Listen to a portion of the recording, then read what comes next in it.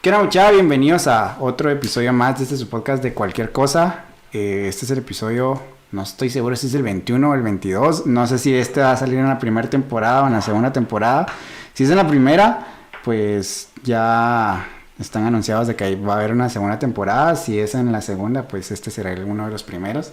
Y gracias por estar una vez más acá con nosotros. En esta ocasión, pues del team me encuentro solo yo acá. Así que Josué y Elías, les mando un saludo donde quiera que estén. Y en esta ocasión tenemos un episodio muy interesante porque estamos acá con un amigo de toda la vida. La verdad es que literalmente toda la vida. Nos conocimos en el colegio, no sé si en prepa, en kinder, ajá. Así que Daniel Villela, bienvenido a este espacio. Gracias por aceptar la invitación. Me estabas comentando de que es un poquito incómodo para vos el escucharte, el estar enfrente de una cámara. Así que aprecio bastante que estés acá. Y pues precisamente en esta ocasión es muy especial porque nos estamos viendo después de mínimo más de 5, 6, 7 años. Son aproximadamente 10 años, sí. Y te agradezco mucho por invitarme. Creo que es salir de mi zona de confort también porque no suelo escuchar mi voz. Yo suelo ser el que está detrás de la cámara, ajá, pero pues está bien por mí. Sí, no, de verdad, gracias por aceptar la invitación acá. Y me estabas comentando, de hecho, de que pues precisamente... esa paradoja del creador de contenido, esa paradoja del fotógrafo, porque sos fotógrafo. Exacto. ¿Hace cuándo comenzaste con la fotografía? Pues fíjate que comencé aproximadamente 7 años. Okay. La verdad, comencé como un pasatiempo. Okay. Sí me gustaba la idea de la fotografía desde chiquito, pero okay, nunca había tenido la oportunidad de comprarme una cámara. Okay. En el 2015 compré la primera. Y fue un mundo, creo que todo se guió así solito porque... Okay. Pues conseguí beca para estudiar. ¿Ah, sí? Sí, okay, conseguí beca para estudiar. Pues media beca. Ajá. Y... ¿En dónde estudiaste? PCS Internacional. Okay. Está en Zona 15. Es un lugar no tan reconocido, pero pues creo que tuve profesores muy buenos. Okay. Y pues al final tuve mención honorífica ese semestre por fotografía. Cool. Y poco a poco pues he ido comprando mi equipo, mejorando en mi técnica y ahí voy. Sí, no, qué cool. Y hablábamos precisamente de la paradoja del creador de contenido, del fotógrafo, del locutor o de lo que sea. Bueno, nosotros que tenemos tal vez una personalidad un poquito introvertida, no sé cómo seas vos, porque pues como te digo, tenemos mucho tiempo pasamos mucho tiempo juntos en nuestra niñez, kinder, prepa, toda la primaria y me imagino que también básicos. Nos separamos al momento del bachillerato. Sí estuvimos en contacto un tiempo, pero pues eventualmente la vida nos hace tomar caminos diferentes y pues la comunicación se corta un poquito, pero pues de allí no sé hace cuánto comenzamos a hablar otra vez, como inicio de año, no sé. Calculo que como septiembre de este año, más o menos, ajá, sí, pero pues yo siempre he sido alguien súper extrovertido. Bueno, tal vez en el colegio no tanto. Ajá. Creo que comencé, pues parte del ciclo de vida de uno es formar la personalidad en la adolescencia y creo que formé la mía más o menos por el bachillerato, tercero básico. Okay. Y fue donde en realidad me di cuenta cómo soy yo, ¿verdad? O sea, okay, pasé de ser alguien que se dejaba, que permitía que la gente pasara sobre él, a ser yo quien se defiende, okay, a ser yo quien evita que la gente sea abusadora, por ejemplo, ¿verdad? Okay. Entonces... creo que sí formé bien mi personalidad, tal vez sí me tomé mi tiempo porque uh-huh, pues todos toman un tiempo distinto, pero al final soy alguien que pues puede saludar a cualquier persona en la calle, se pone a platicar con cualquier persona X, baila donde sea, entonces sí soy súper extrovertido. Ajá, ok. Bueno, aparte de ser fotógrafo y me estás contando que también ahorita estás de Wedding Planner también, sí, ajá, pues sos estudiante de psicología, si no estoy mal, ya estás casi finalizando. Pues sí, mira, mi vida está rodeada de muchas cosas. Ok. Me dedico también al diseño gráfico, no de manera profesional, okay, pero sí lo realizo. Ok. La fotografía y obviamente la psicología. Estudié antes ingeniería, 3 años, pero pues al final no era lo mío, vamos. Ok, y contanos cómo fue ese proceso de pasar de ingeniería a psicología, porque, o sea, no creo que haya sido una decisión solo porque me aburrí en mi carrera, quiero esto, o sea, ¿qué hay en el fondo allá? Si nos quieres platicar, ¿qué te llevó a tomar esa decisión de cambiar a psicología? Que de hecho ¿la psicología es una ciencia? Sí, ok, que es una ciencia que pues hace mucho bien y también mucha falta a nuestra sociedad. Sí, curiosamente pues muchas personas no toman en cuenta o piensan que la psicología es una ciencia debido a que pues hacemos cosas como más quali y no quanti, ¿verdad? Okay. Entonces, al ser más cualitativos y no cuantitativos, piensan que no contamos como ciencia. Okay. Pero, pues sí, también depende mucho de a qué estés investigando, ¿va? Okay. Este cambio se debió primero a que pues siempre he sido una persona que le gustan las buenas notas, un buen rendimiento. Me gusta dedicarme bien a las cosas que hago y sentía que, a pesar de que me gusta mucho la ingeniería y que sí quisiera terminarla, no estaba dando la talla para la carrera. ¿Estás en ingeniería de sistemas? Sí, okay. Exactamente. Entonces... ¿estás en dónde? En la del Valle. Ok. ¿Qué tan exigente es? La del Valle, súper exigente. Ok. O sea, sí puedes llegar a ganar con 60, ¿verdad? Pero yo iba acostumbrado a algo en el colegio. Okay. Y desde el primer día en la universidad fue como, bam, todo fuera. Okay. Esto no te va a servir de nada. Entonces, sí, mi primer semestre no fue el mejor. Okay. Y claramente mi segundo año y medio, pues, o sea, mis 2 años y medio en la carrera fueron muy buenos, pero no para dedicarme por 100% a esto, ¿verdad? Entonces, también que no me veía siendo tan extrovertido. Okay. Sentía que no era tan para mí estar detrás de una computadora todo el tiempo, sin tener con quién, pues, conversar, con quién charlar al final o hacer algo en específico, ¿verdad? Y durante ese tiempo también me di cuenta que me gustaba mucho ayudar a la gente. Entonces, yo comencé psicología motivado por eso. Por primero darme cuenta que no estaba dando la talla y segundo porque me dije a mí mismo que era eso lo que en realidad me gustaba, ¿verdad? O sea, ayudar a la gente, buscar el bienestar al final de cada uno, ¿verdad? Ok. Sí, muy interesante. Te lo pregunto porque, de hecho, hace poco, en una famosa red TikTok, no sé si usas TikTok, pero... Muy poco. Yo vi el video de una chica que decía que se había cambiado carrera como 4 o 5 veces. Y habían comentarios de hate, diciendo que era una persona inestable, que era una persona que tal vez no lograba terminar las cosas. Pero también habían comentarios positivos, pues alentándole a que si uno no se siente cómodo en algo y descubre que eso no es para uno, pues es sano poder cambiar. ¿Hasta qué hay algún límite en esto, según tu experiencia, tus conocimientos, o no sé, hay algún límite en esto, en decir, ok, hasta cierto número de veces está bien en el caso de una decisión tan trascendental como es la carrera, que es lo que te vas a dedicar el resto de tu vida? En un panorama ideal, ¿no? Porque muchas veces, yo te estaba contando ahorita al inicio que yo estudié telecomunicaciones, pero actualmente no me estoy dedicando a eso por azares del destino, ¿no? Pero ¿hasta qué punto, según tu experiencia, según tu experiencia propia o tu conocimiento, es sano el poder llevar, el hacer estos cambios? Mira, normalmente los cambios suceden muy frecuentemente en los primeros años de universidad. Ok. Toma en cuenta que somos personas que comienzan la carrera a los 17 años. Sí. 17, 18, sí. Entonces estamos técnicamente mal porque nuestra personalidad no está formada al 100%. Estás en una etapa de la vida donde estás descubriendo quién sos, estás descubriendo qué es lo que te gusta, qué es lo que querés.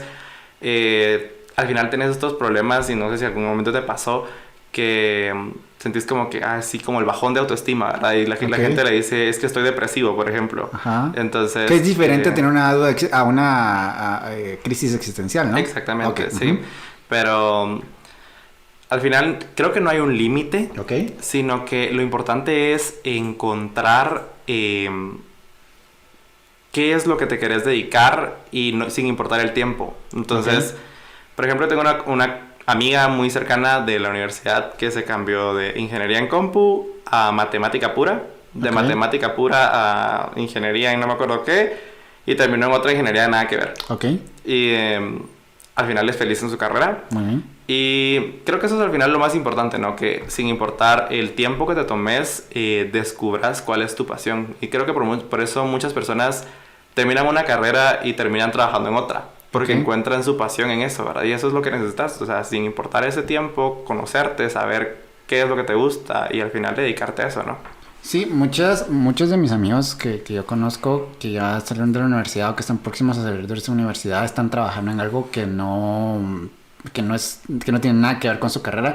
Número uno, Pues porque las oportunidades laborales aquí en Guatemala la verdad es que sí están un poquito complicadas.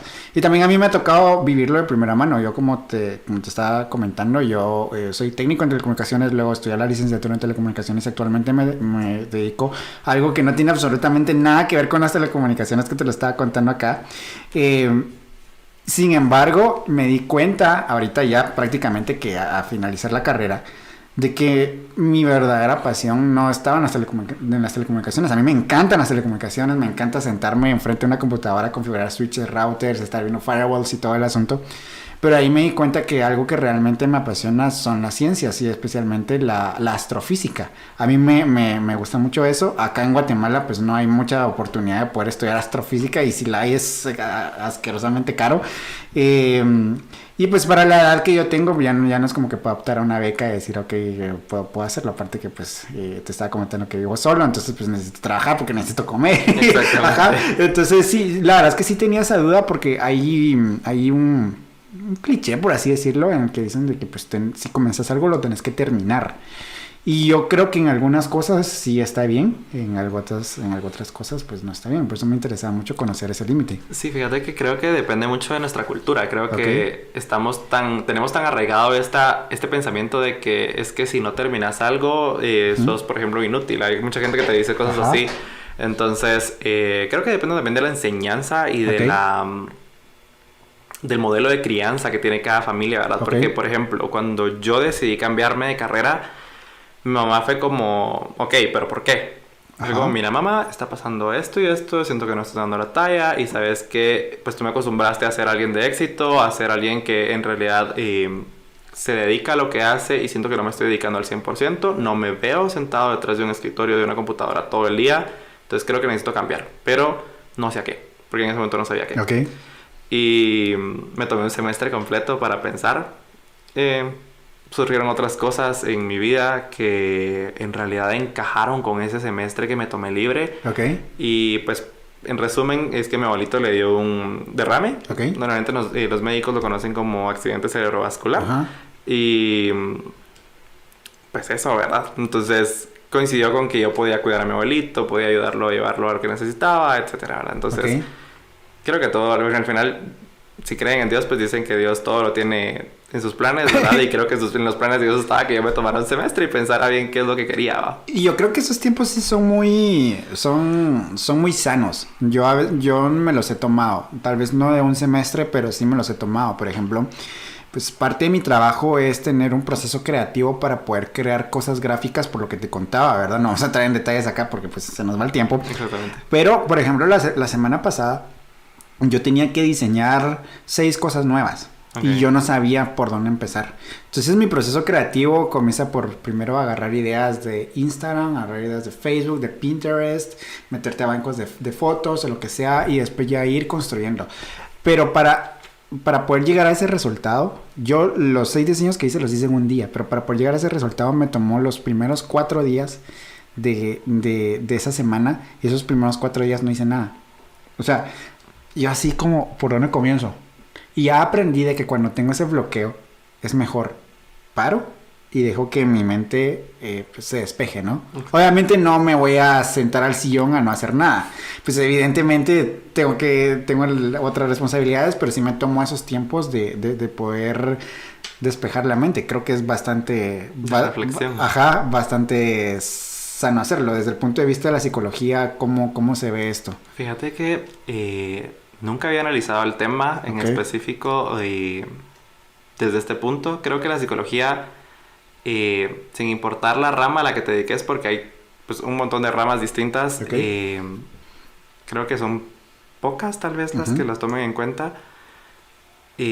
Personalmente nunca lo había visto, nunca lo había pensado y nunca lo había visto en mi carrera, pero consideraría que está bien, o sea, porque, por ejemplo, cuando vos estás en un momento de terapia, por ejemplo, y tenés un problema, que en este caso es un problema para ti el no tener ideas, ¿verdad? ¿Sí?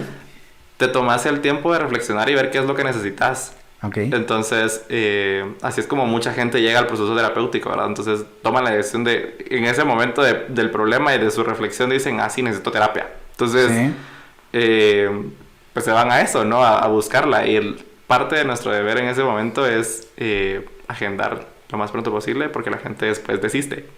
Okay. Entonces, sí, eso es. Yo creo que al final el bloqueo para ti es un problema que tú solucionas con ese tiempo de reflexión, ¿verdad? Con ese momento que te tomas tú mismo de pensarlo, de arreglar las cosas, ¿verdad? Ok.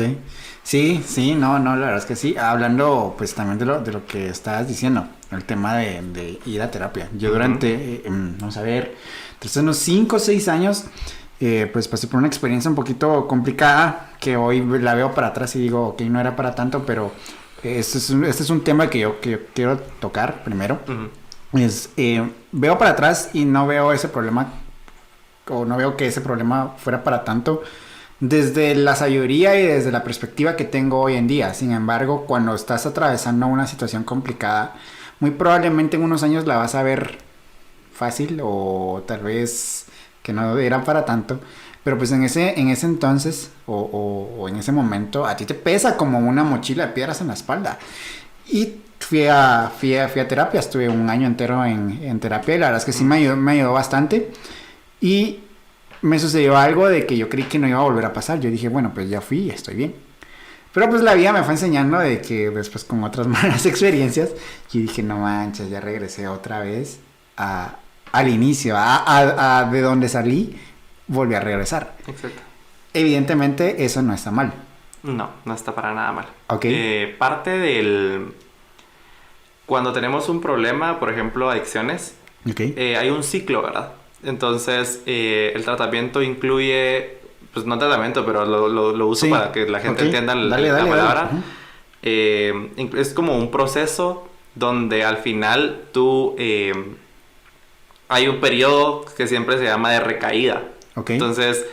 volves a caer a lo que estabas, pero también volvés a utilizar las técnicas que ya aprendiste y las cosas que te enseñaron para poder regresar a tu camino, ¿verdad? Entonces, en este caso, el proceso terapéutico siempre es así. Por ejemplo, yo no puedo dar muchos detalles por confidencialidad, parte de nosotros es así, ¿verdad? Ajá, sí, lo sé. Pero he tenido 3 casos y tuve un caso de una adolescente adulta de 21 años con ciertos problemas amorosos. Y en sus problemas amorosos ella solía regresar a lo mismo. Entonces a uno le toca como terapeuta buscar la manera, porque ese era su motivo de consulta al inicio, buscar la manera de que esta persona tenga técnicas y vea la realidad para poder solucionar ese problema. Entonces, tenés que enfocarte mucho en brindar al final sí ese acompañamiento, pero el empoderamiento también, para que la persona sepa qué hacer en las situaciones problemáticas. ¿Qué tanto tiene que ver con un problema no resuelto, ya sea de nuestra niñez o lo que sea, el regresar a esos mismos patrones? Porque la verdad es que yo sí me di cuenta cuando fui a terapia de que pues no era la primera vez que yo pasaba por eso, pero fue la primera vez que ya no pude más. Que de hecho yo ya desde tiempo antes, mucho tiempo antes, ya mi hermana me había dicho, pues, yo conozco a una psicóloga, deberías de ir. Yo me rehusaba porque tenía ese chip de, ir al psicólogo es para personas locas, que es el estereotipo más tonto que yo conozco, ¿no?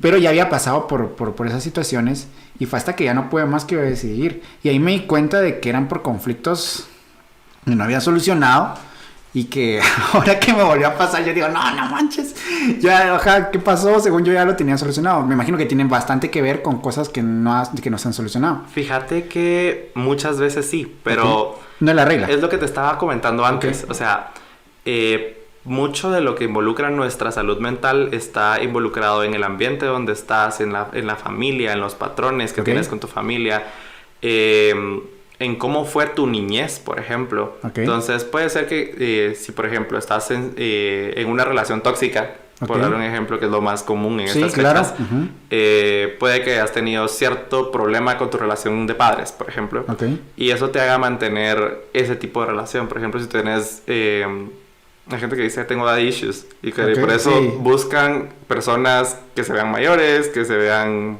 que los cuiden. Porque al final son problemas que ellos tienen desde su niñez que no han logrado resolver.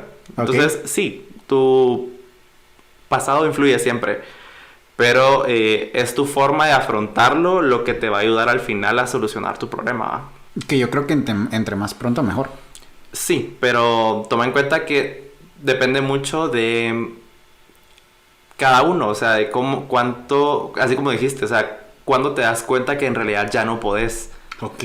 Porque hay personas que nunca van a aceptar que tienen un problema. Que ese es el primer paso en toda ayuda psicológica, en toda Exactamente, o sea, nosotros no podemos abordar nada si la persona en realidad no está dispuesta, ¿va? Y para poder estar dispuesta tienes que estar consciente de tu problema. Sí. Entonces, ese es un punto súper importante, ¿va? Con los niños es distinto, porque pues los niños no saben en realidad que están teniendo un problema y están asistiendo sin saber a qué van, ¿verdad? Y las técnicas que utilizas son completamente distintas porque necesitas jugar para obtener información sin que el niño al final sepa que estás obteniendo información. Sí, de hecho, ahorita que mencionas eso, se me vino un super flashback a mi mente, y es de que sí, de pequeño sí fui a terapia por ciertos traumas que había tenido en mi niñez. Y sí me recuerdo que ahorita se me vino a la mente todo. Yo soy muy, muy malo para recordar. Yo realmente los recuerdos de una semana los tengo como que atenuados, como en luz. No sé a qué se deba eso. Pero pues ahorita se me vino el flashback de que de pequeño sí fui a terapia, y la psicóloga con la que iba, muy buena gente. Me imagino que ella ya no está con vida porque pues era una persona bastante mayor. Pero yo iba a jugar ahí con ella. Ahorita me recordé, yo iba a jugar con ella, rompecabezas, laberintos o lo que sea. Honestamente, me imagino que hizo su trabajo en mí, pero yo ni siquiera cuenta me di. Exactamente, y eso es parte de lo que al trabajar con niños te toca, ¿verdad? O sea, ser tan creativo que tenés que obtener suficiente información para poder solucionar la problemática, ¿verdad? Entonces, a mí no me da pena admitir que yo fui de niño a terapia también, o sea... Creo que ya para nuestra edad y para nuestra generación cada vez es menos estigmatizado el ir con un psicólogo, ¿verdad? Sí, yo la verdad es de que... Mira, yo tengo varios amigos cercanos que están no en contra de esto, pero sí no les convence mucho la idea por tema religión. Y es algo que yo respeto mucho. Yo soy creyente, o sea, yo soy cristiana, no me da pena decirlo. Creo que estaría mal si no lo estuviera diciendo, no sé cómo vos manejas eso.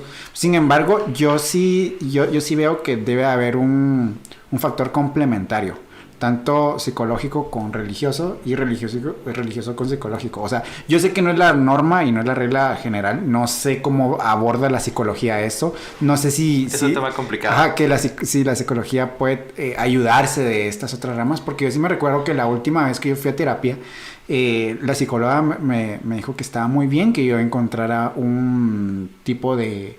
¿Apoyo? De apoyo y de bienestar y de plenitud con lo que yo creía.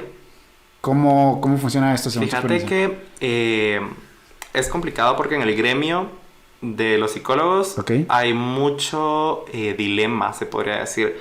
Por ejemplo, a uno le explican que tenés que trabajar según la información del cliente. Entonces, por ejemplo, si tú tenés un problema y decidís abordarlo desde la religión y decir que, por ejemplo, Dios me está castigando, yo no puedo juzgarte por eso. Porque es parte de lo que me queda a mí de ley, ¿verdad? El no juzgar. Y segundo, el trabajar con lo que tú estás diciendo. Entonces a mí me toca, imagínate, si yo no fuera religioso, por ejemplo, si yo soy, pues toda mi infancia fui adventista, lo sabes. Sí. Entonces si... ¿Ya no estás en ese rollo? Alejado, pero esto ya es otro tema, ¿va? Sí, porque yo también lo era, y la verdad es que a mí... Yo respeto mucho a las personas que profesan esta religión. Durante un momento sí tuve conflicto serio, la verdad. Lo recuerdo, no creas. Sí. pero no, ya no, yo también estoy... Sí, entonces, por ejemplo, si yo no fuera... ahorita, pues yo tengo mis creencias adventistas, Pero si me toca trabajar con alguien católico, por ejemplo, yo tengo que trabajar en base a esa persona católica. O sea, si ella dice, la persona dice que cree en la Virgen María y la Virgen María le va a solucionar el problema, yo tengo que entenderlo y trabajar en base a eso.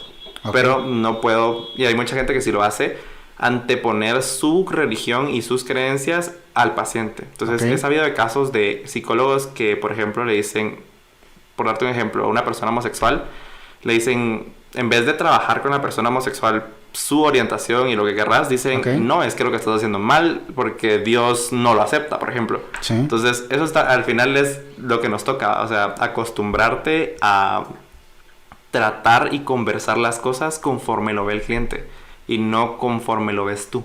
Sí, yo creo que es un tema de imparcialidad, o sea, no puedes juzgar con una misma regla a todos, sino como vos decís, tienes que acoplarte a como venga la persona, ¿no? Porque cada persona es un mundo y es un universo de conocimientos, de patrones, de aprendizajes que pues... De actitudes que al final, de actitudes que al final pues van construyendo a la persona.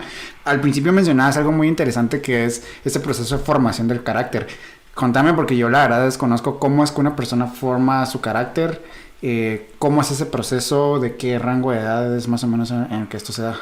Usualmente se da en la adolescencia. Pues la adolescencia ya sabes que es un constructo al final. Pero muchos dicen que comienza a los 11, otros dicen que comienza a los 13. Al final hay puntos clave que no vamos a ponernos a discutir, como la primera menstruación y estos puntos que al final son como el inicio de la adolescencia biológicamente, ¿verdad? Pero se toma desde ese punto de la adolescencia donde el joven pues comienza a separarse de su familia y comienza a construir estas relaciones y a construirse a sí mismo, ¿verdad? Entonces llegan al final estos problemas donde la persona no se da cuenta qué está haciendo, por ejemplo, en algunas relaciones, porque está aprendiendo de sí mismo. O, por ejemplo, las personas que inician el alcoholismo, la drogadicción en estos tiempos, es porque al final están conociéndose y experimentando, ¿va? Que es en lo que se enfoca esta etapa de la vida, en experimentar, en conocer, y al final eso es lo que te hace crecer y formarte, ¿verdad? Es las experiencias que vas teniendo conforme vas creciendo.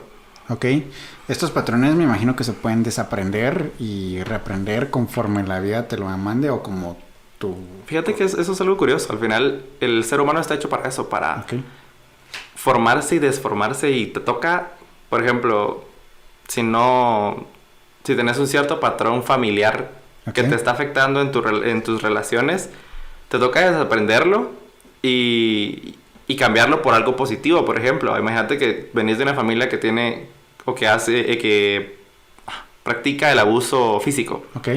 Entonces, probablemente tú vayas si tu papá lo hacía con tu mamá, probablemente tú lo vayas a repetir. Pero también está en ti, porque eso aprendiste en casa. También está en ti, en adolescencia, por ejemplo, cambiar ese pensamiento y decidir qué vas a hacer tú, ¿verdad? Entonces...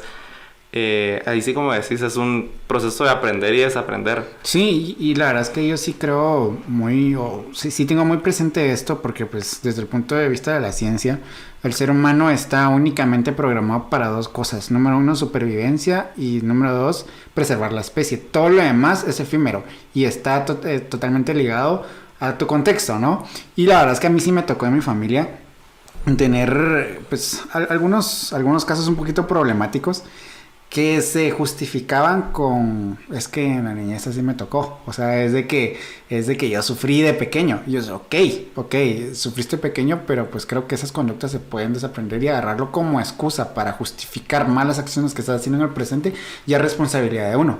Justamente así. Por ejemplo, un ejemplo que se me viene a la mente ahorita y es familiar: mi abuelito nunca ha sido cariñoso.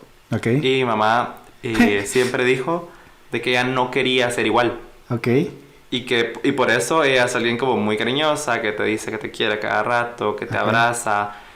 Pero es al final eso, ¿verdad? La motivación que tiene cada uno de hacer ese cambio. Sí, no, yo creo que sí es muy, muy importante. Entonces, yo te comentaba al inicio de que yo tengo me imagino, corregime si es el término correcto, una personalidad introvertida, que no me gusta que la gente me escuche, que no me gusta que la gente me vea. Y el estar haciendo esto, el estar acá frente a las cámaras, frente al micrófono, para mí es exponerme a poder cambiar un poquito a eso. Porque sí, o sea, yo siento que hasta un punto está bien, porque pues está bien ser introvertido, está bien ser extrovertido, no sé qué otros términos hayan. Pero a mí sí me llegó a afectar, porque yo recuerdo que tuve una etapa en la que a mí, si yo iba caminando por la calle y necesitaba saber la hora, a mí me daba pena preguntar qué hora era. Yo cuando asistía a algún lugar, o por ejemplo cuando cuando comencé a ir a la iglesia, porque yo realmente, aunque nací en un hogar cristiano, yo realmente tuve una etapa totalmente lejos de la religión.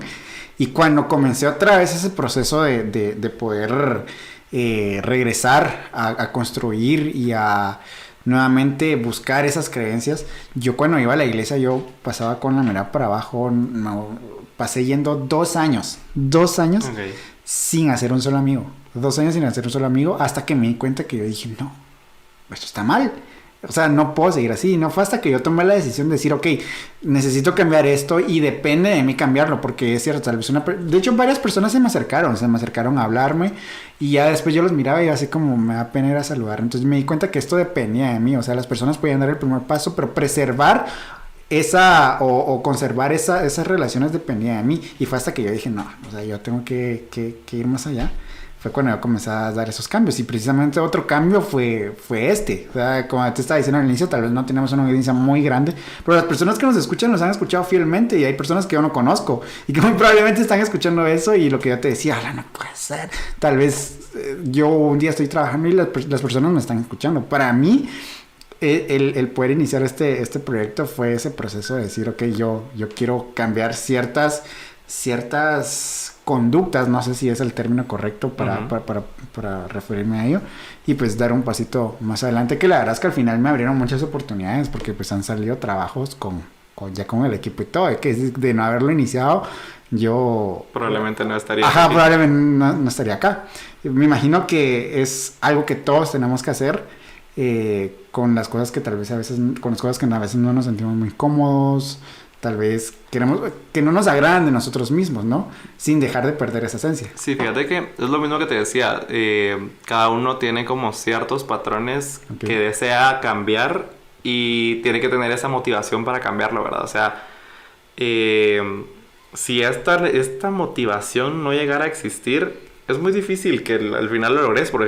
Y es un excelente ejemplo de tu caso, ¿verdad? O sea, pasaste 2 años yendo a la iglesia, pero no fue hasta que te tuviste la motivación de cambiar esa actitud introvertida que empezaste a relacionarte más, ¿verdad? Que me imagino que ya lo estaba llevando a un extremo que no era sano. Fíjate que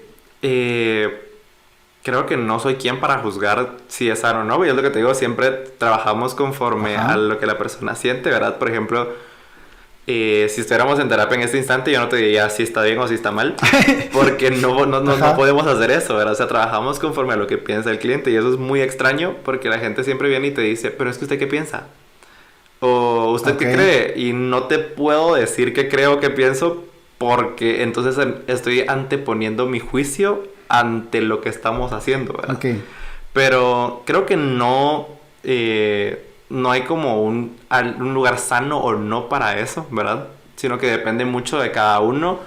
Yo tengo una amiga que también es súper introvertida y no se me olvida y es súper organizada. Entonces, si tú quieres sacarle de su agenda es horrible. Y también es súper tan introvertida que iba de la universidad a su casa, de su casa a la universidad. También me representa, sí. Eso es lo que voy. Entonces, etapa universitaria y ha sido así, Entonces, es porque tú sos así, es parte de tu personalidad y no creo que esté mal, o sea... ahí sí ya estoy poniendo mi juicio, pero no creo que esté mal, porque eso al final te representa y te hace a ti, ¿no? Ok.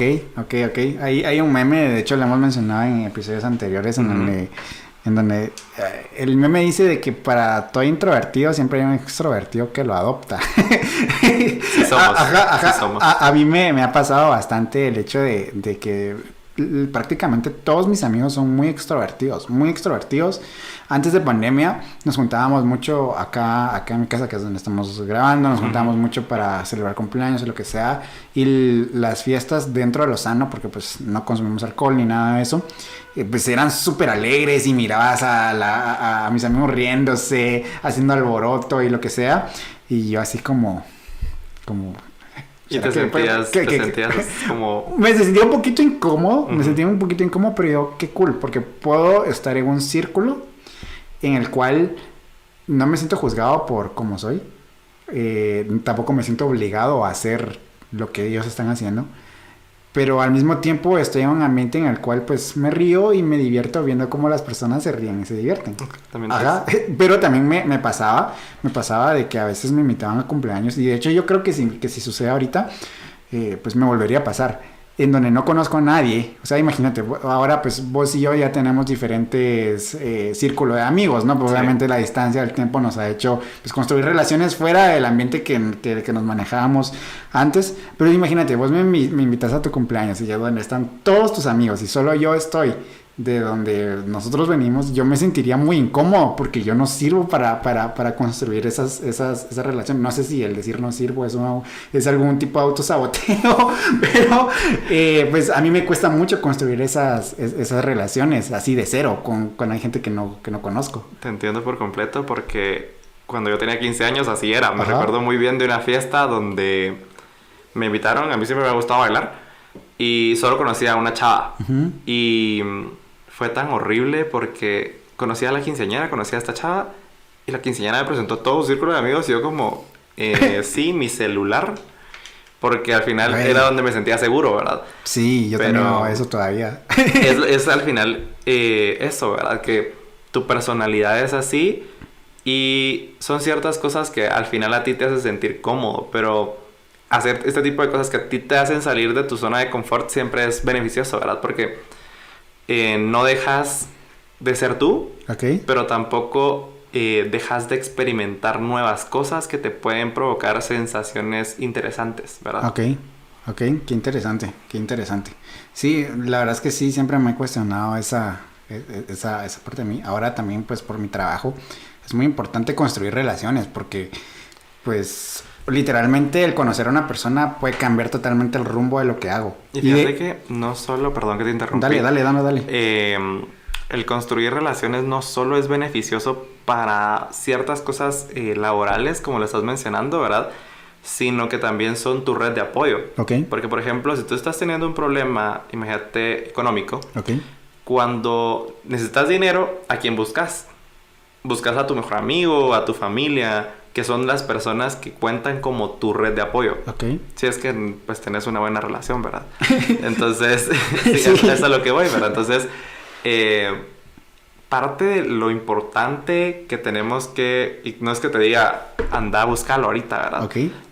Sino que parte de lo que nos toca a nosotros como humanos hacer es buscar tener, aunque no sea, tal vez buscar no es el término correcto, sino tener en realidad relaciones estrechas, relaciones estables que te puedan apoyar en esos momentos de dificultad, ¿verdad? Creo que en realidad siempre que tenemos algo que tratar en clínica, por ejemplo, casos de depresión o cosas así, siempre buscamos esa red de apoyo, porque mientras yo yo tal vez te veo una vez a la semana, pero esos amigos los puedes llamar en cualquier momento, puedes buscarlos en cualquier instante. Entonces, eso es lo más importante, ¿verdad? Que no solo son laborales, de chupe o lo que quieras, sino que al final sean valiosas y te apoyen en esos momentos de necesidad, ¿verdad? Y precisamente ahorita que mencionabas eso de la red de apoyo, ¿a quién recurrís? En redes sociales, yo creo que fue en Facebook, porque Instagram no lo uso mucho. Y ahorita creo que hablemos también un poquito de ese tema. Pero vi un video, de hecho vi unos cuantos videos que me aparecieron de personas que lo habían compartido y que decían, hablando de los hombres, de los hombres. Ahorita no vamos a hablar de las chicas, pero de los hombres decían, ¿a quién recurres cuando no estás bien? Y le hicieron varios dúos a esos videos, y me decía, a nadie.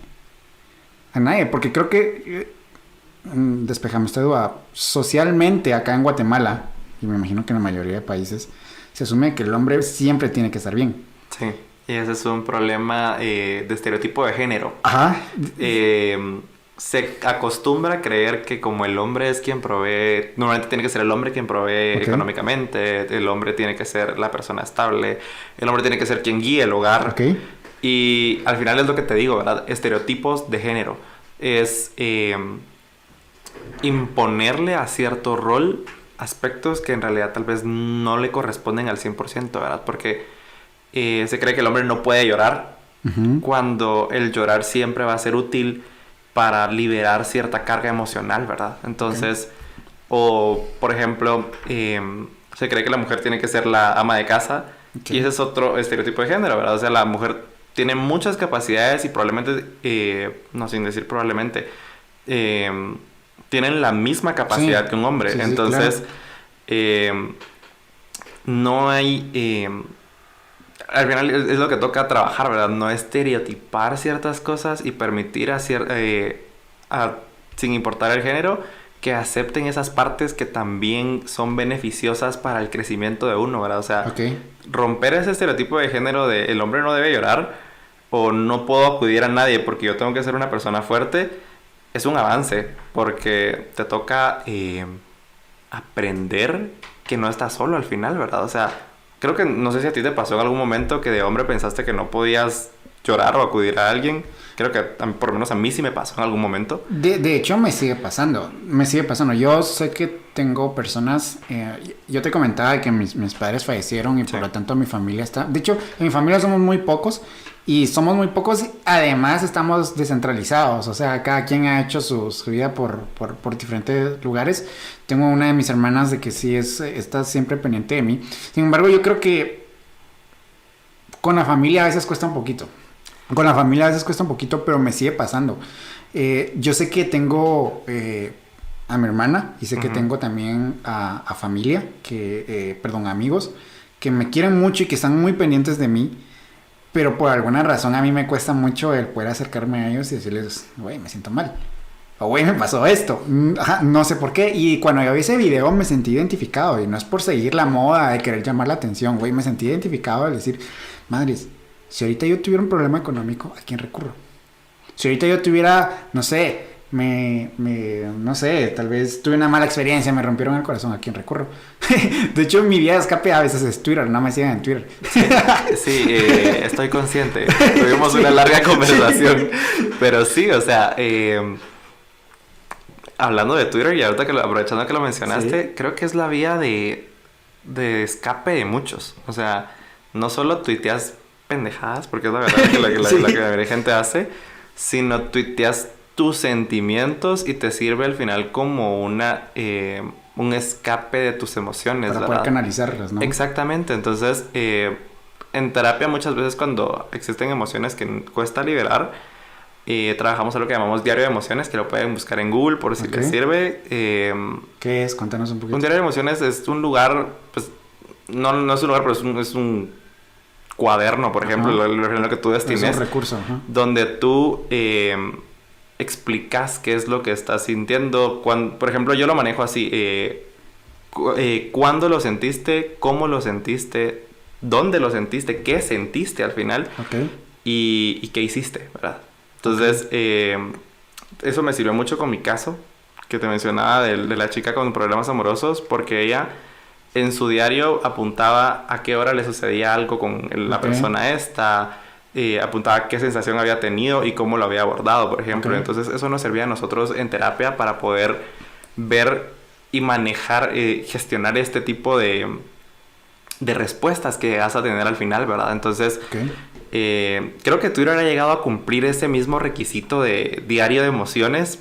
Tal vez no igual, porque tal vez no se representa de la misma manera, pero sí llegas a expresar, por ejemplo, cómo te sentiste en cierto momento. Mi prima ayer tuiteó al agua pato y yo pensé que se estaba metiendo a la piscina, que sí la tiraron por completo a capacitación en su nuevo trabajo. Entonces, nada que ver, sí, pero es cómo se sintió, ¿no? Yo siento que para nosotros los mortales, los que no somos figura pública ni nada, pues hay un meme de los Simpsons donde Milhouse le está mostrando, yo creo que a Bart, una cueva, y el meme dice, aquí es a donde vengo a llorar. Sí, lo he visto. Yo creo que para nosotros los mortales que no estamos en el ojo público, pues Twitter significa eso, porque la mayoría de personas ahora ya no usa Twitter. De verdad, son contadas las... Hola Max, ¿cómo estás? Ya apareció acá. Mi perro solo te va a oler, no hace nada. Nunca te había visto, entonces por eso está de curioso. Pues para nosotros los mortales, como ya casi nadie usa Twitter, muy poca gente usa Twitter, pues es como ese lugar seguro en decir, aquí puedo expresar lo que siento, cómo me siento, cómo estoy, y no va a pasar nada porque nadie me va a leer. Exacto. Ajá, entonces sí, yo creo que eso ha jugado un... Y fíjate que para mí es curioso porque así fue como comencé esa conversación con vos, o sea, leyendo un tweet y preguntándote qué pasó. Sí. Entonces yo soy de las pocas personas que en realidad sí se dedican a leer los tweets. Sí, no, y de hecho yo no soy muy partidario y de hecho no juzgo ni digo que esté mal de que alguien vaya a tuitear sus sentimientos hacer así claramente a Twitter, porque cada quien puede hacer lo que sea con sus redes sociales. Exacto. Sin embargo, yo me recuerdo que en ese tweet yo no lo dije explícitamente. Sin embargo, vos la cachaste.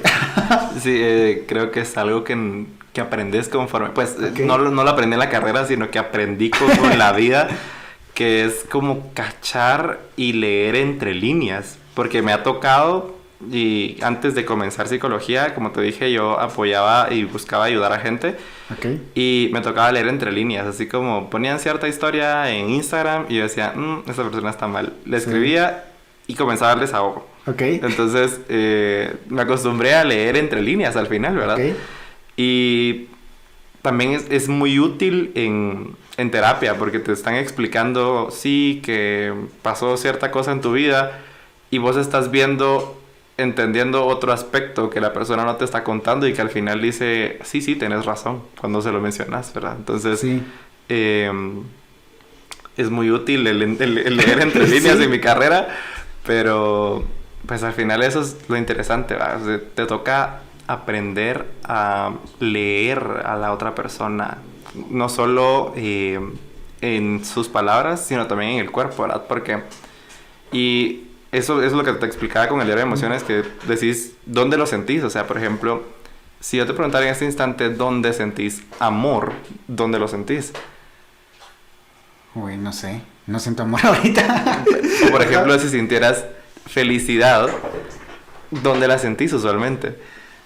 No sé, supongo que es en las expresiones faciales, ¿no? En el decir, ok, estoy sonriendo, me la estoy pasando bien acá con vos. Puede ser, exactamente. Okay. Pero por ejemplo...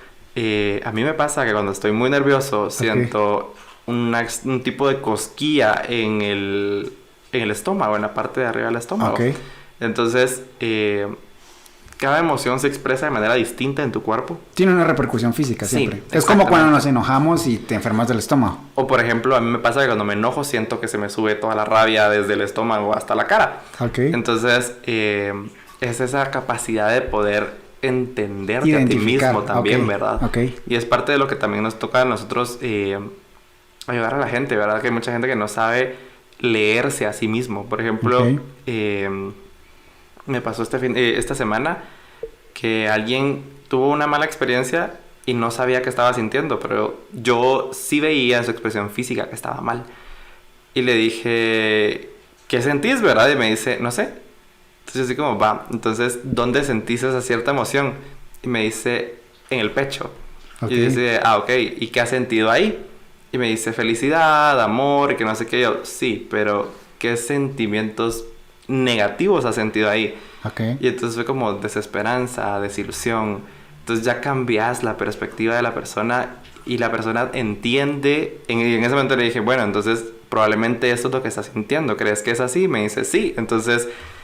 guías a la persona a entenderse y entender sus emociones a través de esa expresión física que está sintiendo, ¿verdad? Qué interesante. Acá viene a colación lo de que dicen de que cuando uno se está enamorando se sienten mariposas en el estómago. Probablemente, fíjate. Ok. Sí, porque pues... Yo nunca las he sentido, pero... ok, nos has enamorado. No, pero tal vez para ti el amor se sienta en otra parte del cuerpo, pues. Sí, fíjate que de hecho acá podríamos entrar, de hecho antes de seguir, ¿podrías ver si estoy bien enfocado en esa cámara? Sí. Ajá, nada más porque pues quiero ver que el recurso quede bien. Yep. Sí, ok, listo, nada más tenía esa duda desde que comenzamos. Sí. Continuamos.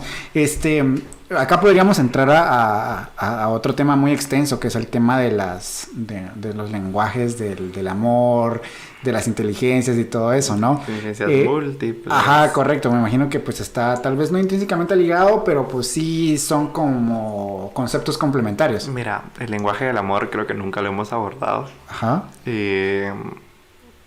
No sé si exista una teoría psicológica que lo hable. Sí, no sé. De hecho, hay un libro. Hay un libro que lo habla y de hecho, yo me recuerdo, bueno, yo tenía un crush uh-huh. Que una vez hicimos el test y a ambos nos salió que teníamos el mismo tipo de lenguaje del amor. Y yo, qué cool, porque sí coincide con lo que estamos haciendo. No sabía de que la psicología todavía no lo había... Fíjate que yo por lo menos nunca lo he visto en clases que yo te diga así como hablamos del lenguaje del amor. Es que es un concepto muy nuevo también. Sí, pero fíjate que pues al final todo tiene relaciones, creo yo, ¿no? O sea, siento que al final la psicología es complicada porque no sabes en realidad muchas cosas, ¿verdad? O sea, está como más enfocada en cada persona y no en una regla grupo. General, ajá. Uh-huh. Ok, qué interesante. Antes de continuar, me llamaba mucho la atención lo que vos decías, de que vos has aprendido a leer entre líneas y has aprendido a identificar cuando alguien está mal. Uh-huh. A mí a veces me sucede, pero con personas que yo conozco bastante, que digo, ok, esto no está bien. Y pues sí me ha tocado, así como a vos, de hacerla de esa persona que está ahí cuidando de que pues, qué te pasó o lo que sea. Pero a vos... Como prácticamente psicólogo, uh-huh. ¿A quién recurrís? ¿Cómo es eso? Es como la paradoja de los médicos, ¿no? O sea, cuando alguien, de hecho, si conoces a algún estudiante de medicina o algún médico... Diana. ¿Diana? ¿Diana cómo? Diana. Bueno, compañera vieja de colegio. Pero Diana, yo creo que ya me recordé quién es. Estaría interesante. No sé si la tengo agregada. Ya me acordé. Yo tengo su número, te lo puedo pasar. Ya me acordé. Lo siento, yo la verdad es que como te digo, para recordar, o sea, si con vos teníamos, no sé... 8, 10, sí, creo como 10 años. Más como 10 años de no vernos, no me voy a andar acordando de muchas personas, pero si está escuchando eso, sí, ya me recordé de ti, te mando un saludo. Y le puedes caer aquí al podcast. Pero es como esa paradoja del médico, ¿no? Que cuando se enferma se automedica o recurre a otra persona. ¿Cómo es en este caso? En el caso del psicólogo es igual, recurrís a otro psicólogo. Ok. También es... Cuando estás ahorita en entrenamiento, por ejemplo, tenés un supervisor. Ok. Obviamente sabe mucho más que tú. Entonces... no solo te apoya en el tema terapéutico de sí, puedes hacer esto con tu paciente, sino que también te apoya en esas emociones que tú llegas a experimentar, ¿verdad? Porque el proceso terapéutico no siempre es como lineal, siempre hay altibajos. Okay. Y para uno te puedo mencionar muchas experiencias mías donde me he sentido frustrado por completo con mis casos, porque decís, madre, o sea, este no es el problema. Y mi último caso es así, o sea, si la mamá acude por cierto aspecto del joven y yo me doy cuenta que lo que ella está mencionando no es el problema. Okay. Después de las sesiones. Entonces, es frustrante darte cuenta de ciertas cosas, ¿verdad? Entonces, te toca acudir con tu profesor y decirle, mire, me está pasando esto. Estoy como la gran diabla, por ejemplo. Y te dicen, está bien, o sea, está bien sentirse así, ¿no? O si no... te toca acudir a tus propios compañeros, ¿va? Okay. Lo menos que puedes hacer es acudir a la familia a veces. O sea, yo sí acudo a mi familia para comentar así como me sentí frustrado por esto que pasó en sesión, pero no puedo dar detalles al final, ¿verdad? Por lo mismo de la confidencialidad que me toca a mí mantener en mi relación cliente-paciente. O sea, mi supervisor sí puede saber, pues, porque obviamente es quien me está ayudando. Claro. Pero te toca mantener a veces esas emociones... cargar con esas emociones al final y te toca descargarlas con tu profesor. Pues. Sí, porque me imagino de que, pues, o sea, si ahorita te comenzara a contar los clavos que he tenido, pues al final del día vos sos tan humano como yo y decís, no manches. O puede ser viceversa, ¿no? Y eso nosotros que la verdad es que considero que somos personas que somos afortunadas en llevar un estilo de vida que, si bien hemos pasado por situaciones dolorosas y complejas, pues no es lo mismo de que un niño en Irak que mataron a sus padres enfrente de él y que sus abuelos murieron por una bomba y que vio gente despedazada. O sea, no es lo mismo. Y me imagino de que cuando te topas con casos muy... Vamos a hacer... Listo. Ahí está. Cuando te topas con casos muy fuertes o muy chocantes, pues sí decís como no manches. Sí, fíjate que no solo con casos que son como muy fuertes, sino que también con tus emociones antes de. Okay. Por ejemplo, a mí me pasó que tuve un caso, me asignaron un caso donde la mamá era psicóloga, la abuela era psicóloga, y me refieren al joven por ciertas cosas de ansiedad que al final ya no terminé tratando por cosas que no voy a mencionar, que fueron muy malas. No importa. Pero yo lidié en ese instante con aquel estrés y una ansiedad horrible de mi primera sesión, porque yo dije, madres, o sea, tiene mamá psicóloga, la abuela psicóloga, la mamá con un doctorado en el extranjero. Okay. Y viene con un practicante que apenas está comenzando su vida en esta área. Entonces, sí, o sea, yo sentía que el estrés, sí, por ejemplo, con los niños y adolescentes, te toca dar ciertos reportes a los papás temporalmente. O sea, por ejemplo, cada 4 o 5 sesiones te toca hablar con los papás y decirle, mire, hemos tenido estos y estos avances. Okay. ¿Cómo lo ha visto usted, por ejemplo, verdad? Okay. Entonces, eso también o sea, imagínate, yo estaba pensando 5 sesiones después y ni siquiera había tenido la primera.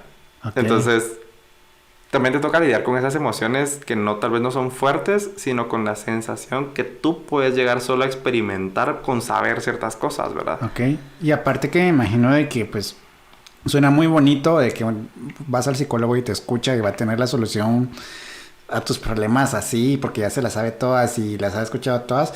Pero me imagino que lidiar con esa labor investigativa, porque al final ustedes son como detectives morales o detectives emocionales, en el que, como vos decís, saber leer entre líneas, saber leer incluso el lenguaje corporal de una persona. Y me imagino que hay casos muy complejos en los que no es por aquí, no es por allá. Eso frustra, porque pues, o sea, en el proceso creativo, si lo extrapolamos, vos que también conoces de diseño o lo que sea, cuando algo no te sale bien, cuando no encuentras la manera de poder hacerlo bien, es frustrante. Y la frustración es uno de los sentimientos o de las emociones, no sé muy bien qué es, que es más difícil de lidiar. Sí. Y pocas personas aprenden a usar la frustración como combustible. Sí, entonces sí, al final te toca lidiar con eso también como psicólogo, ¿verdad? Pero creo que lo bonito de esta área en general, o sea, es que es demasiado versátil. Okay. Entonces, si no lo logras de un modo, puedes lograrlo de otro montón, ¿verdad? Okay. O sea, hay tantísimos tipos de terapias, okay, tantísimas técnicas y al final también entra mucho en juego tu creatividad. O sea, ¿cómo se te ocurre a ti que puedes obtener información? Y a mí nunca se me olvida que con mi primer caso, que era un niño de 13... Bueno, niño aún 13 años. Sí. Sí, es un niño así. Sí, entonces hice uso... A él le encantaban los Legos. Entonces, para saber su historia de vida, que ya su papá me había contado algo, le pedí que usara los Legos para contarme su historia. Okay. Entonces... nunca me tardé como 2 semanas en que se me ocurriera algo así, que tal vez fue muy sencillo, okay, pero al final fue tan útil, okay, que me dio todo el contexto necesario de su pasado para poder comenzar a trabajar. Okay. Entonces ahí entra lo que te digo, o sea, te toca ser creativo, te toca lidiar con tus propias emociones, pero también lidiar con los papás, vamos, okay, o sea, que es otro problema, porque sí. No solo lidias con el cliente, sino con qué le sucede el día a día, qué le sucede con su familia. Y es lo mismo que regresando al mismo tema, ¿verdad? O sea, todo lo que está en tu ambiente llega a afectar. Todo el contexto, claro. Sí. Para ir avanzando un poquito, sí, escuché un clip por ahí que no me gustó. No sé. Pero para ir avanzando un poquito, tema redes sociales. Uh-huh. Hace un par de meses salió a la luz. No sé si Max está acostado encima de vos. No. Ok. Es de que es especialista. Le gusta acostarse encima de las personas. Pero ya me di cuenta que me está dando la espalda. Entonces hay confianza. Sí. Y ahorita le puse su cosita para pulgas. Entonces si se acuesta ahí en vos, solo medio lo mueves. Max no es agresivo. Ok. Tema de redes sociales. Hace un par de meses cuando ya habíamos empezado este podcast, salió la noticia de que había salido un estudio interno de Instagram y de Facebook también, de que Instagram es dañino para la salud mental. Ok.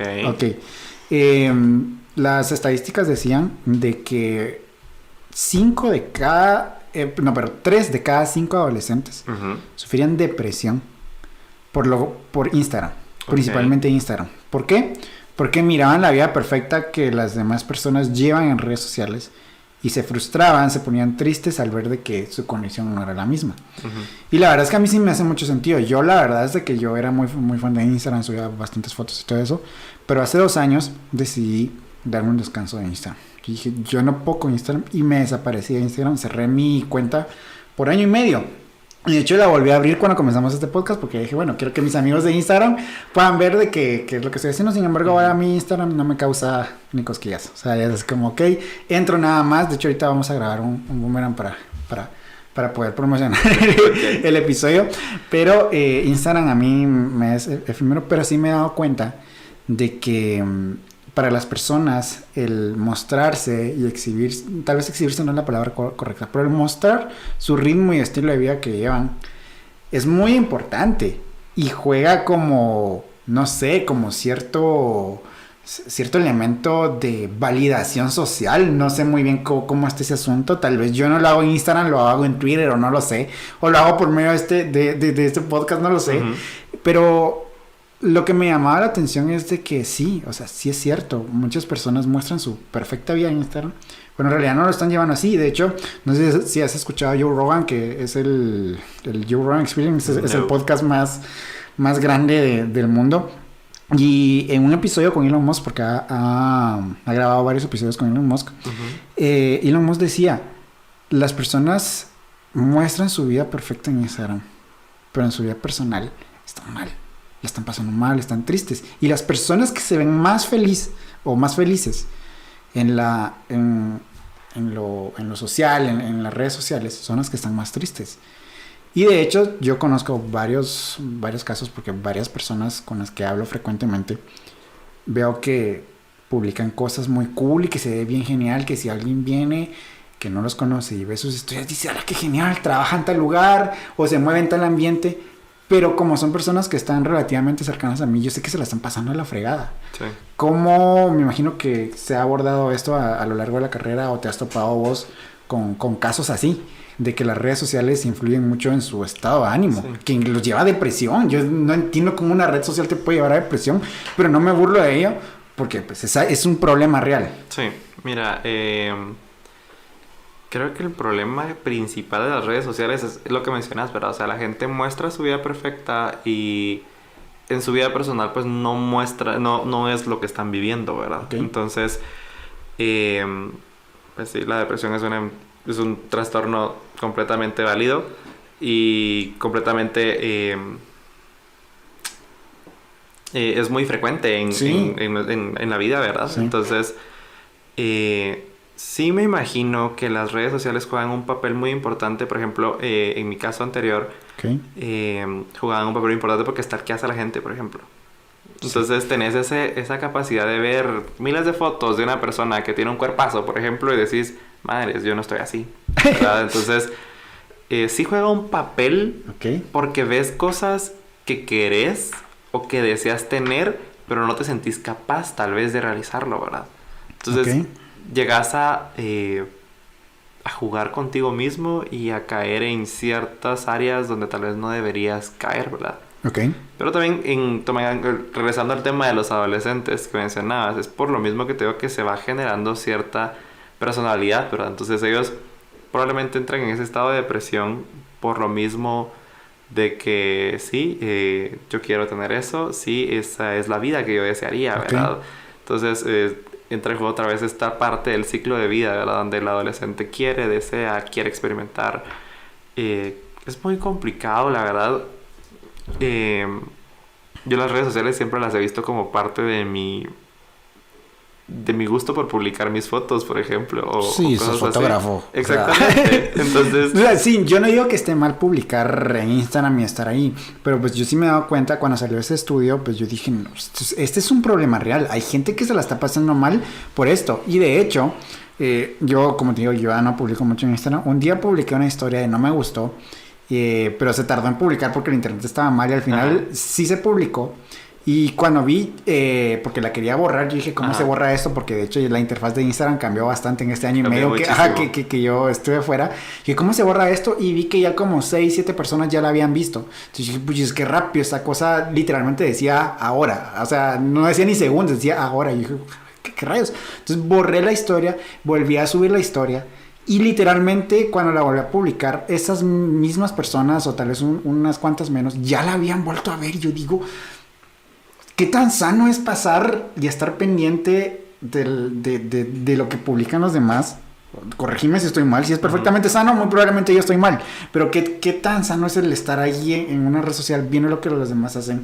Estar prácticamente que tiempo completo de turno en Instagram. Bueno, que yo creo que Instagram es lo que más se usa, ¿no? Sí, yo creo que entra en juego no solo... tal vez qué es tan saludable es el estar en una red social... sino qué tan saludable es estar en un dispositivo electrónico, pero de ahí entramos en otra área por completo, ¿verdad? Porque, pues, existen tantos estudios sobre que la luz azul te afecta en el sueño, la luz de las pantallas te afecta en el sueño y cuestiones así, ¿verdad? Entonces, ya no solo entra en juego el área de personalidad, de pensamientos y etcétera, sino que entra el área de la neurociencia, que pues al final ya toma en cuenta esta parte de lo biológico en el ser, ¿verdad? Pero es complicado. Yo creo que las redes sociales es el tema más complicado que puedes tocar porque... Realmente nunca vas a llegar a un consenso, ¿verdad? Me imagino que hay opiniones divididas, ¿no? Hay ciertos profesionales que podrán opinar esto y por lo otro, Podría ser también que sea parte, depende de cada uno, ¿verdad? De tu red de apoyo. Por ejemplo, si yo no te hubiera leído en Twitter, yo no hubiera sido tu red de apoyo en ese instante. Sí, eso es muy cierto. Entonces, depende creo que del uso que le dé cada quien a sus redes sociales. Ok, interesante. Para ir ya concluyendo este episodio, porque de hecho ya llevamos más de una hora. Ya viste que ni se siente el tiempo y se pasa volando. Y pues de hecho podríamos ir acá 2-3 horas. Pero para ir finalizando un poco más. Tema de salud mental, no quiero ahondar demasiado en esto, pero algún consejo... que yo sé que es muy difícil dar un consejo general porque pues como me lo has dicho muchas veces en este episodio, depende del contexto de cada persona. Pero me imagino que hay consejos que se pueden dar a grandes rasgos para que las personas puedan mantener su salud mental.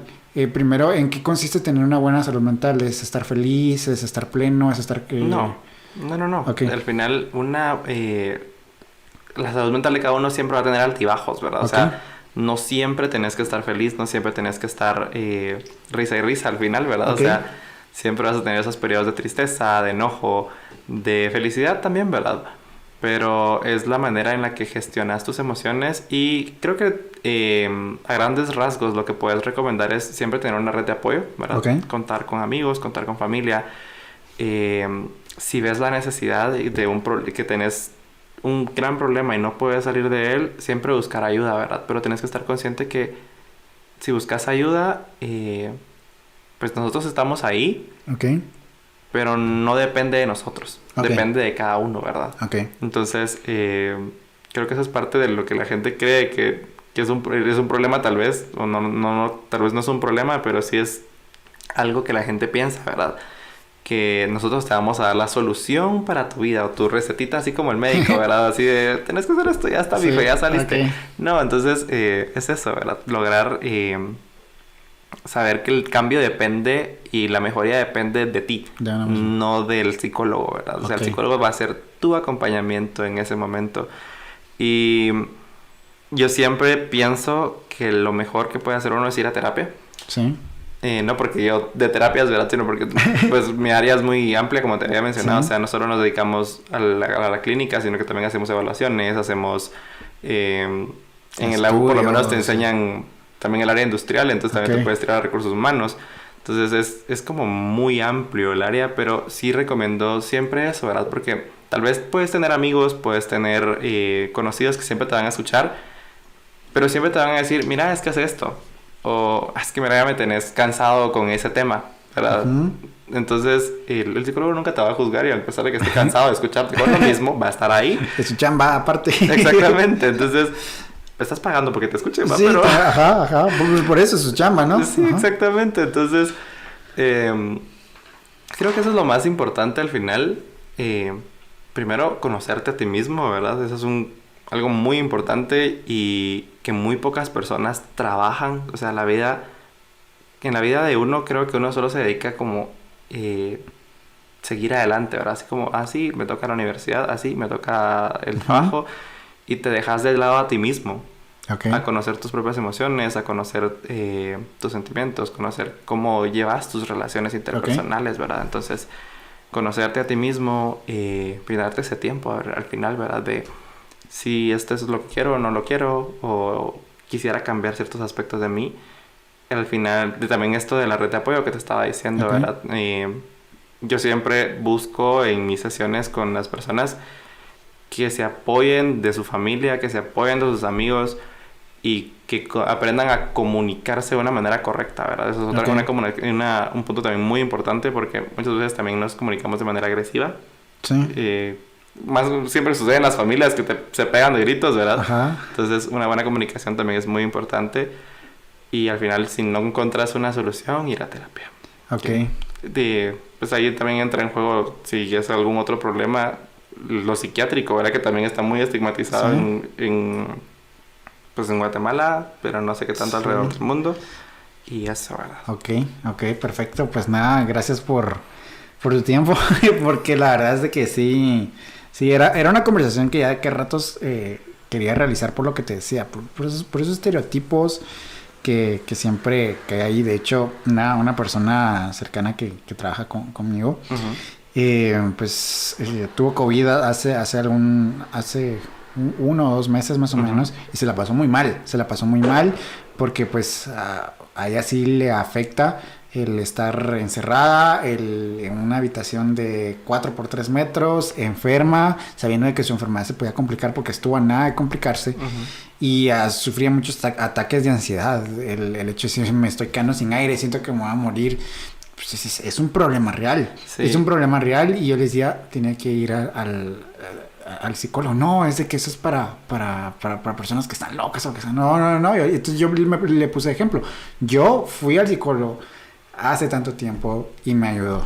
Sí. Ajá, entonces pues de qué ratos quería tener esta conversación, así que pues gracias por tu tiempo. Algo último que querrás decir. No, gracias primero a ti por la invitación. Y pues el tema que tocaste del COVID es otro tema muy muy amplio, sí. porque jugó mucho la salud mental de la gente, ¿verdad? Con el encierro. Sí. Pero pues al final es lo que mencionas, ¿verdad? De que lo que mencionaba yo también de la red de apoyo, de buscar siempre mantener ese bienestar al final, ¿verdad? O sea, si necesitas salir, no permitir que ciertos factores ambientales te afecten, ¿verdad? Ok. Factores que puedes cambiar, que están a tu alcance, ¿verdad? Y pues te agradezco.